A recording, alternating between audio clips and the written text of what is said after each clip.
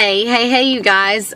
So what would our week be like without and after a run video?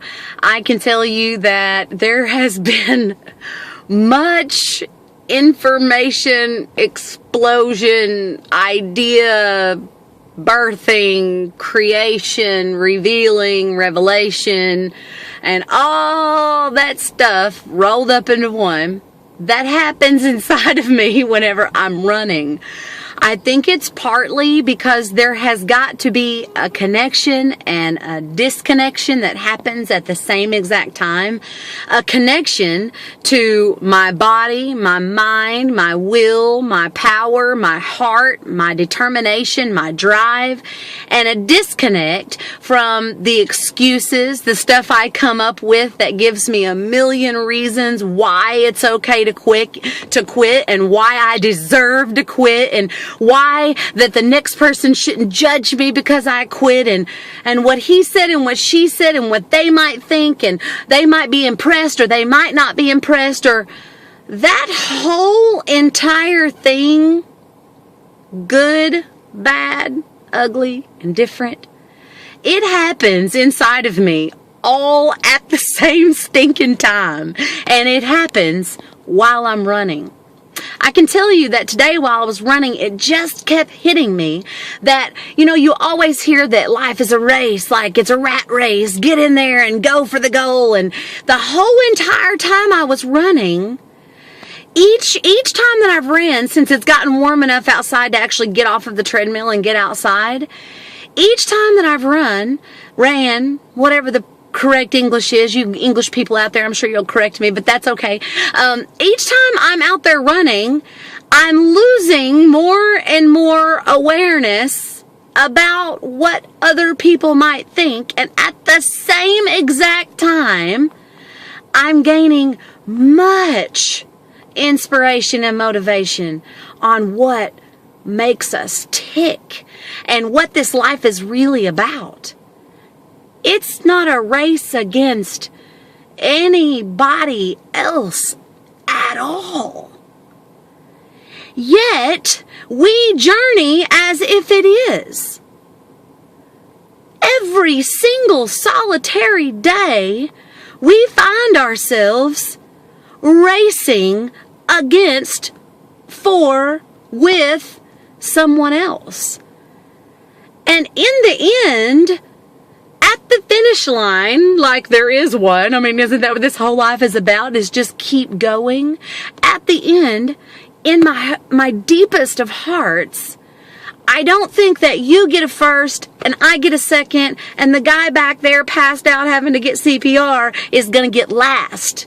I think there's only a first place and it only belongs to you and it can't be given to anybody else because this is only your race.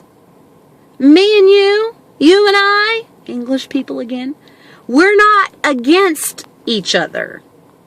So there's not a first and a second and a third and a fourth and a last. There's just a journey. It's just this climb. And that was pretty profound for me. That it really didn't even matter if I could catch up with the person in front of me and pass them up, or if the person that was coming up behind me and I could hear their feet boom, boom, boom, boom, boom, and I could tell that they were gaining ground on me. It didn't even matter if they caught up with me or if they didn't. That was their race. That was their journey, their path, and this is mine. Do you realize how much pressure that takes off of us? However, sometimes in life, the only thing that we're motivated by is the pressure of someone else. I was watching these two guys running up in front of me, and you could clearly tell that they weren't together. They were just both out running at this crazy park that I'm at, Craighead Forest Park. It's in the town where I work, about 20 minutes from where I live. And if you've ever ran at Craighead Forest Park, I've said it again before, I'll say it again. It's insane, and it's hardcore, and it's uphill and downhill, and just all over the place, all right?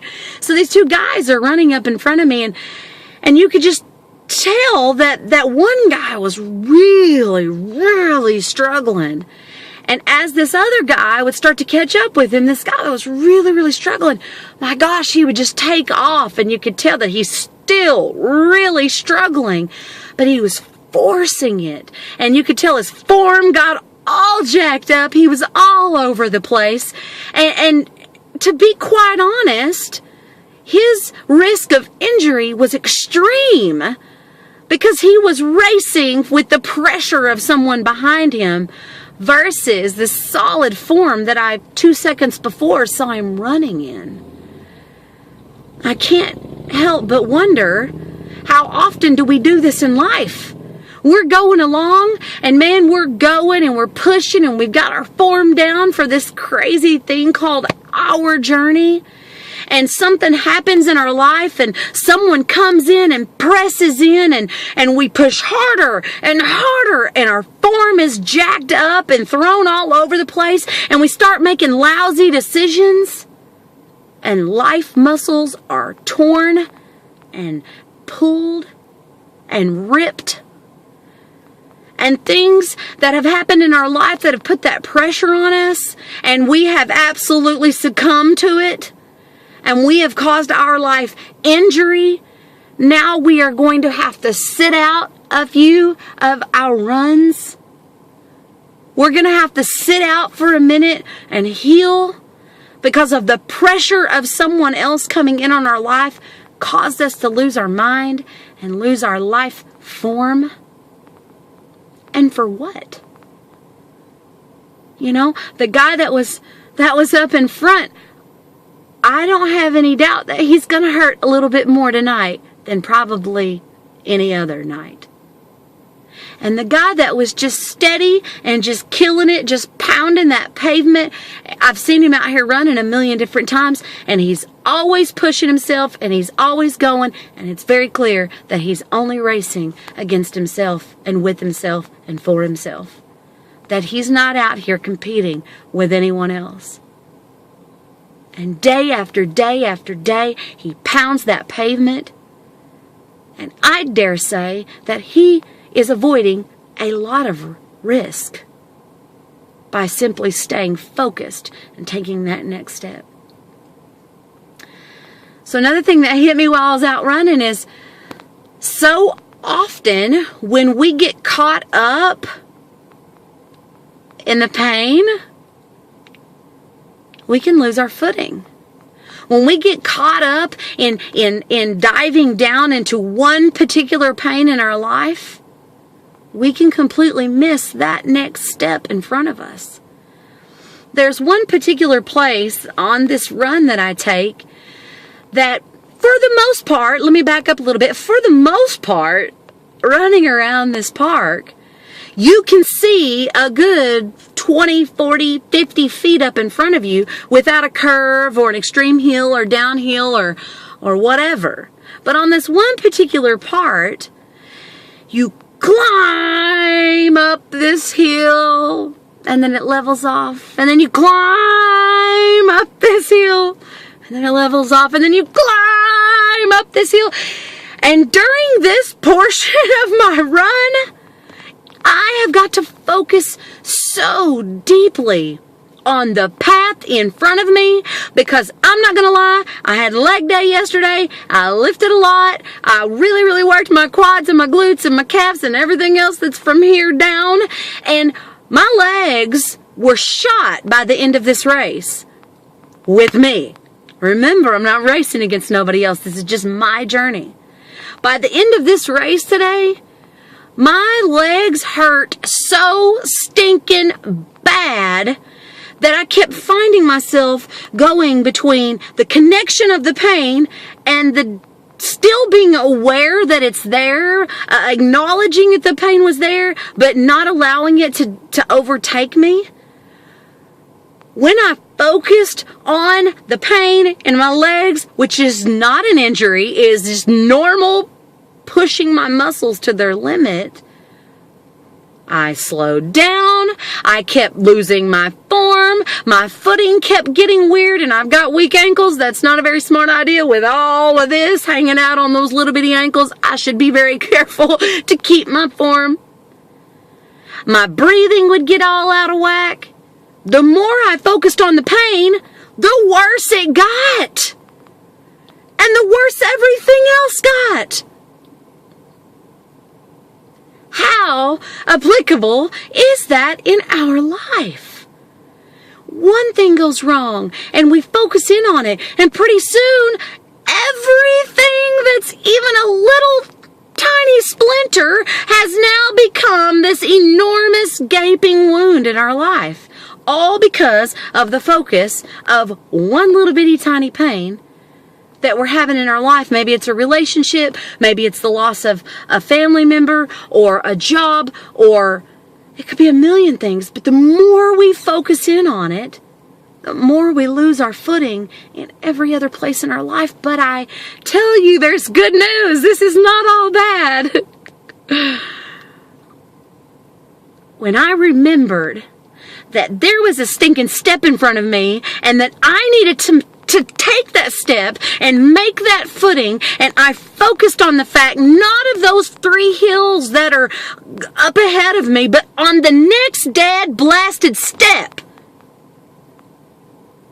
Do you know, all of a sudden, my breathing got in check, I calmed down, my footing fell right, my form straightened back up, and all of a sudden, I actually could deal with pain.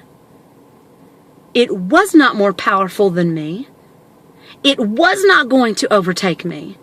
No, I decide when I go and when I stop. Not a pain in my life. Whew. So when did you decide to let this pain in your life begin to cause you to miss your footing? Because you decided at some point, and this is not a judgment, because I've been there not too long ago. Just as easily as you have given the pain and the ache and the turmoil and the just junk and crap in your life power to distract you from your next step, just as quickly as you decided it, you can change your mind. And you can choose to focus on the next freaking step.